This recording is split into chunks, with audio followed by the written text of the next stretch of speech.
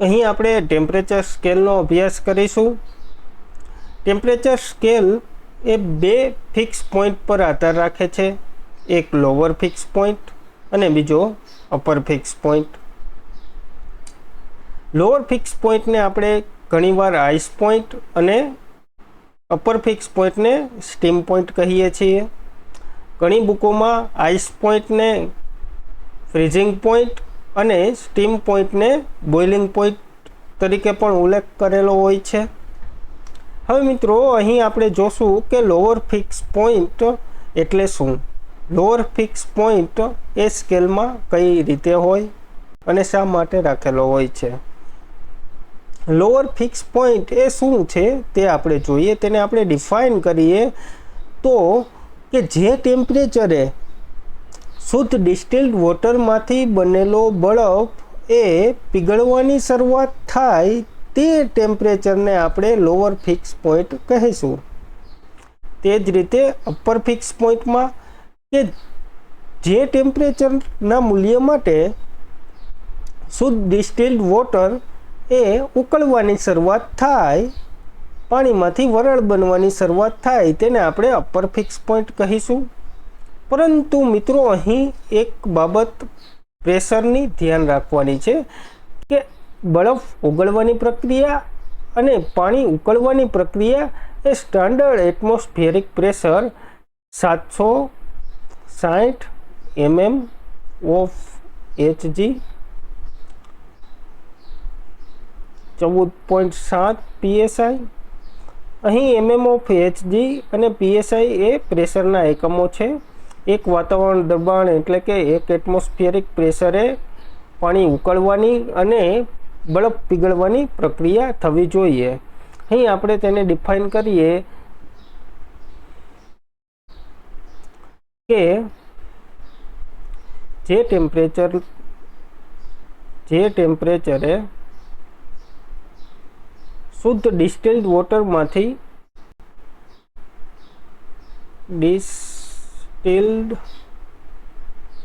વોટરમાંથી બનાવેલ બરફ એક એટમોસ્ફિયર વાતાવરણ દબાણે પીગળવાની શરૂઆત થાય તે ટેમ્પરેચરને પાણીનો આઈસ પોઈન્ટ કહે છે। તે જ રીતે આપણે અપર ફિક્સ પોઈન્ટની ડેફિનેશન જોઈએ તો જે ટેમ્પરેચરના મૂલ્ય માટે શુદ્ધ ડિસ્ટિલ્ડ વોટર એક એટમોસ્ફિયર વાતાવરણ દબાણે ઉકળવાની શરૂઆત થાય તે ટેમ્પરેચરને પાણીનો સ્ટીમ પોઈન્ટ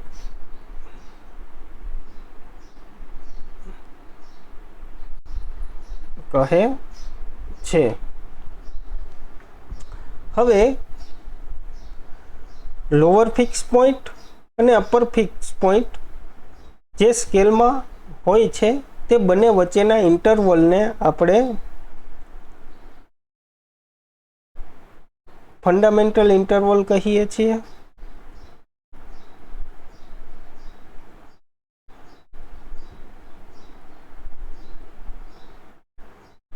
થર્મોમીટરમાં કોઈ પણ સ્કેલ હોય તે અપર ફિક્સ પોઈન્ટ અને લોઅર ફિક્સ પોઈન્ટ વચ્ચેના ઇન્ટરવલમાં એક સરખા ભાગમાં વિભાજિત થયેલી હોય છે।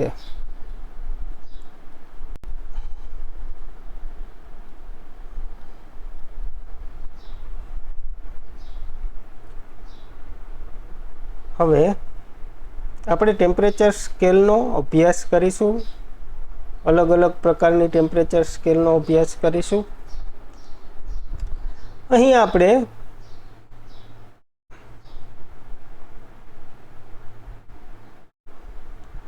Celsius scale, Fahrenheit scale, Kelvin scale, Rankine scale અને રૂમર સ્કેલ લીધેલી છે. સેલ્સિયસ સ્કેલને આપણે ડિગ્રી સેન્ટીગ્રેડ વડે દર્શાવીએ છીએ, ફેરનહાઇટ સ્કેલને આપણે ડિગ્રી ફેરનહીટ વડે દર્શાવીએ છીએ અને કેલ્વિન સ્કેલને આપણે કે વડે દર્શાવીએ છીએ. અહીં ડિગ્રીનો ઉલ્લેખ થતો નથી કારણ કે કેલ્વિન સ્કેલ એ પ્રેક્ટિકલ સ્કેલ નથી.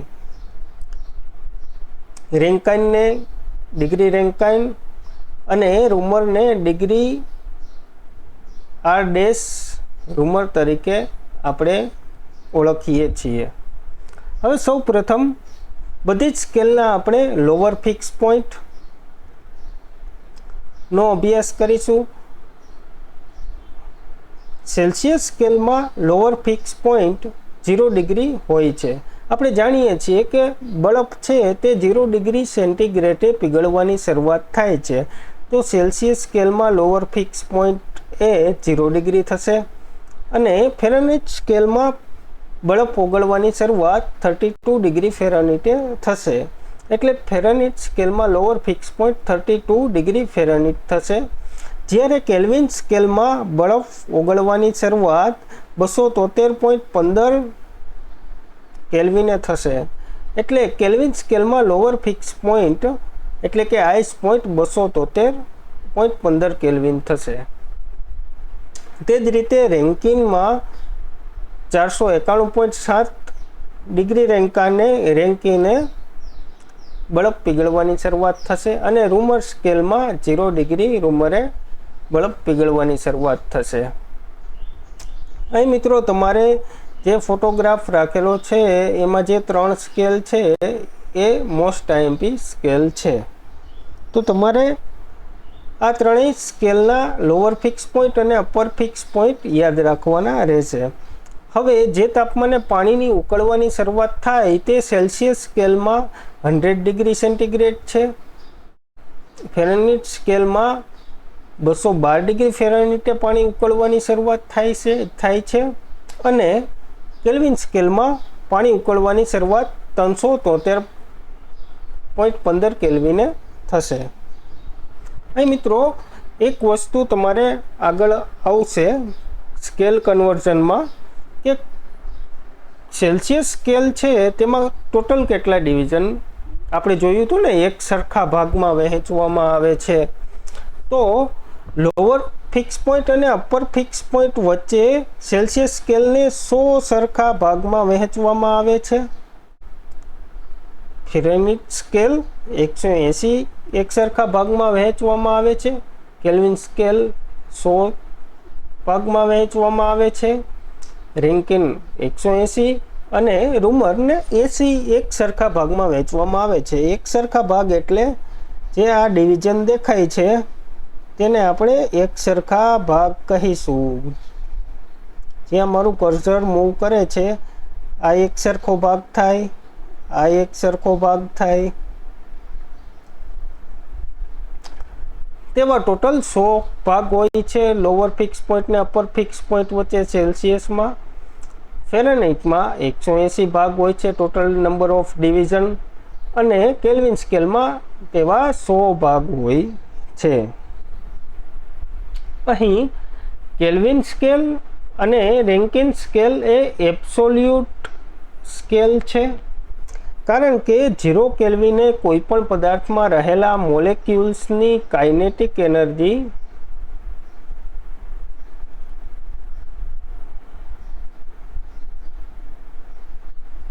જે 0 થઈ જાય છે. હકીકતમાં એવું થતું નથી પણ 0 કેલ્વિન તાપમાને કોઈપણ પદાર્થમાં રહેલા મોલેક્યુલ્સની કાઇનેટિક એનર્જી 0 થઈ જાય છે.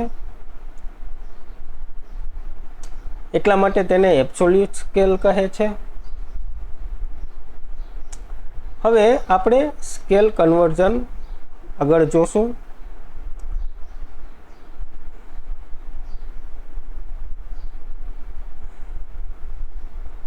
Conversion of scale Celsius and Fahrenheit વચ્ચેનું જોશું તો તેનું એક મૂળભૂત ઇક્વેશન છે સેલ્સિયસ અને ફેરનહીટ વચ્ચેનું.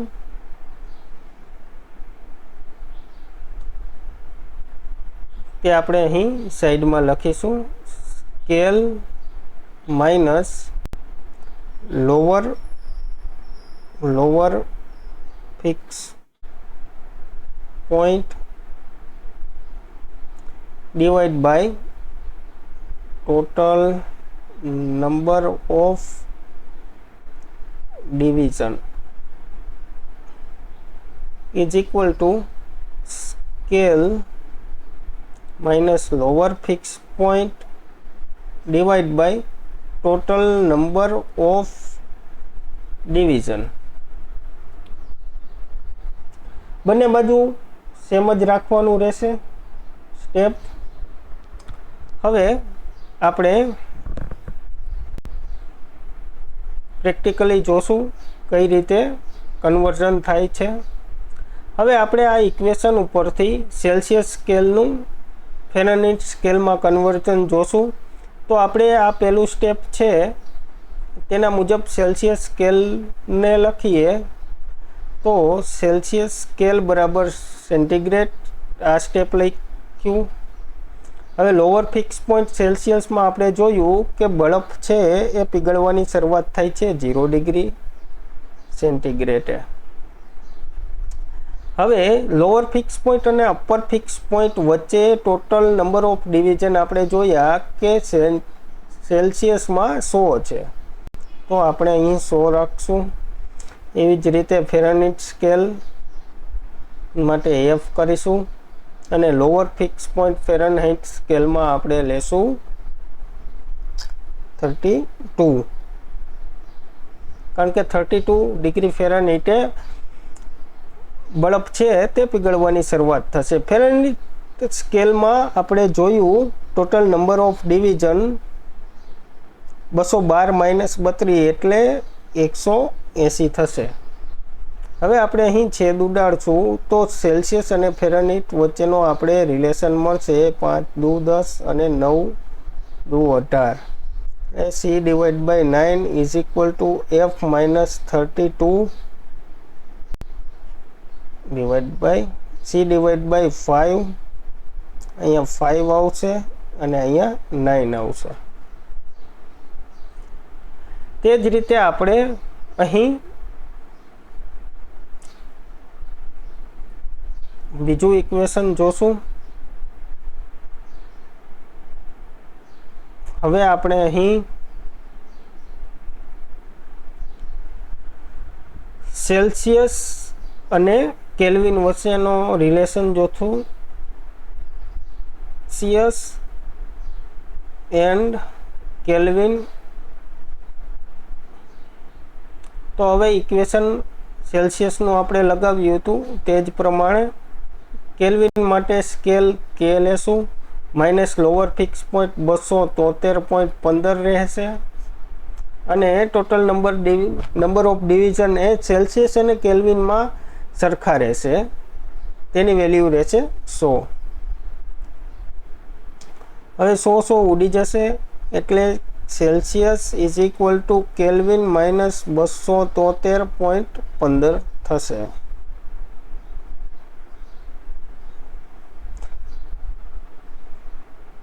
સેલ્સિયસ અને ફેરનહીટ અને સેલ્સિયસ અને કેલ્વિન વચ્ચેનો રિલેશન છે તે મોસ્ટ IMP છે.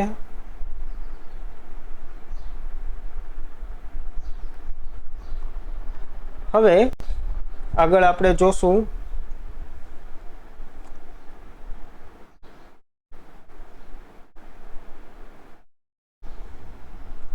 કે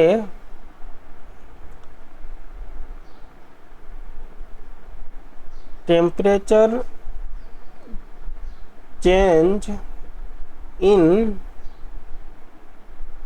Celsius is equal to temperature change in Kelvin. મિત્રો આપણે જોયું કે સેલ્સિયસ સ્કેલમાં લોઅર ફિક્સ પોઈન્ટ એ 0 ડિગ્રી સેન્ટીગ્રેડ છે અને અપર ફિક્સ પોઈન્ટ એ 100 ડિગ્રી સેન્ટીગ્રેડ છે. કેલ્વિન સ્કેલમાં લોઅર ફિક્સ પોઈન્ટ 273.15 કેલ્વિન છે અને અપર ફિક્સ પોઈન્ટ 373.15 કેલ્વિન છે. અહીં બંને સ્કેલમાં ડિવિઝન એ 100 છે. બંને સ્કેલમાં સરખા ડિવિઝન છે. એનો મતલબ એવો થયો કે સેલ્સિયસમાં ચેન્જ ઇન ટેમ્પરેચર 5 ડિગ્રી હોય તો આપણે લઈ શકીએ કે કોઈ પણ પદાર્થનું ટેમ્પરેચર 0 ડિગ્રીમાંથી 5 ડિગ્રી થાય છે તો change in temperature 5 degree centigrade થયું કહેવાય. તે જ રીતે આપણે કેલ્વિનમાં લોઅર ફિક્સ પોઈન્ટ 273 થી કોઈ પણ પદાર્થનું ટેમ્પરેચર 278.15 થાય તો આપણે ચેન્જ ઇન ટેમ્પરેચર 5 કેલ્વિન થયું કહી શકીએ. તો અહીં ચેન્જ ઇન ટેમ્પરેચર એ સમાન છે, પરંતુ મેં અહીં એવો ઉલ્લેખ કરેલો નથી કે બંનેના ટેમ્પરેચરના મૂલ્યો સમાન થશે. એટલે કે હું એવું નથી કહેતો કે 5 સેલ્સિયસ એ બરાબર થશે 5 કેલ્વિનને. આ વસ્તુ પોસિબલ નથી, કારણ કે 5 સેલ્સિયસ અને 5 કેલ્વિન એ બંને સમાન ના હોય, પરંતુ ચેન્જ ઇન ટેમ્પરેચર એ બંને સમાન થશે. હજી એક બીજો ફેક્ટ છે, તે જોઈ લેશું આપણે.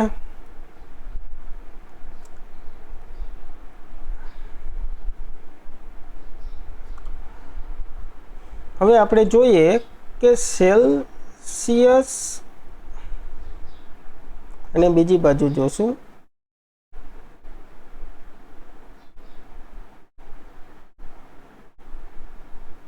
ફેરાનહાઇટ.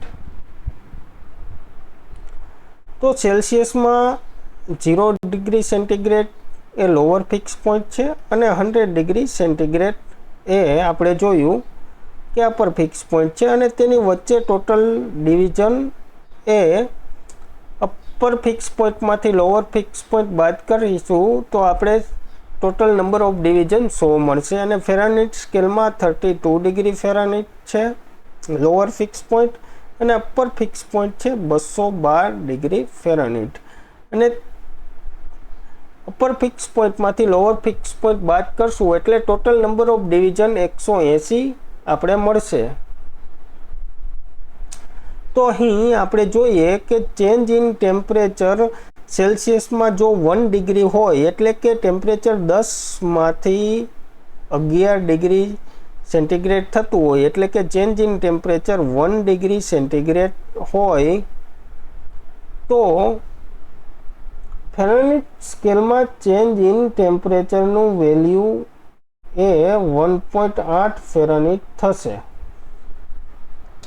એટલે કે જ્યારે ટેમ્પરેચર 1 ડિગ્રી વધે સેલ્સિયસમાં ત્યારે ફેરાનહાઇટ સ્કેલમાં 1.8 ફેરાનહાઇટનો વધારો થાય છે. એટલે કે ધારો કે આપણે temperature change in temperature 10 degree centigrade હોય તો ફેરાનહાઇટ સ્કેલમાં આપણે ચેન્જ ઇન ટેમ્પરેચરનું મૂલ્ય આવશે ડેલ્ટા T = 10 × 1.8 = 18 ફેરાનહાઇટ. એટલે કે મિત્રો સેલ્સિયસ સ્કેલમાં ચેન્જ ઇન ટેમ્પરેચર છે એની વેલ્યુ છે 1 ડિગ્રી સેન્ટીગ્રેડે. ફેરાનહાઇટ સ્કેલમાં ચેન્જ ઇન ટેમ્પરેચરની વેલ્યુ, મિત્રો અહીં સ્પેલિંગમાં પ્રોબ્લેમ લાગે છે, FAHRENHEIT બરાબર છે. 1 ડિગ્રી સેન્ટીગ્રેડનું મૂલ્ય વધશે ત્યારે ફેરાનહાઇટ સ્કેલમાં 1.8 ફેરાનહાઇટની મૂલ્ય વધશે. હવે અહીં આપણે એક પોઈન્ટ જે રૂમર સ્કેલ છે મિત્રો, રૂમર સ્કેલનો ઇન્ડસ્ટ્રીમાં ઝાઝા ભાગે ઉપયોગ આલ્કોહોલ ઇન્ડસ્ટ્રીમાં થતો હોય છે. રૂમર સ્કેલનો ઉપયોગ આલ્કોહોલ ઇન્ડસ્ટ્રીમાં ઝાઝા ભાગે થતો હોય છે. અહીં કેલ્વિન અને રૂમર સ્કેલ એ એબ્સોલ્યુટ સ્કેલ છે. આ પણ આઈએમપી છે.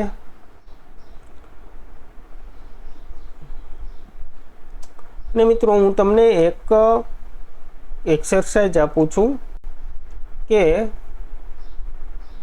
કયા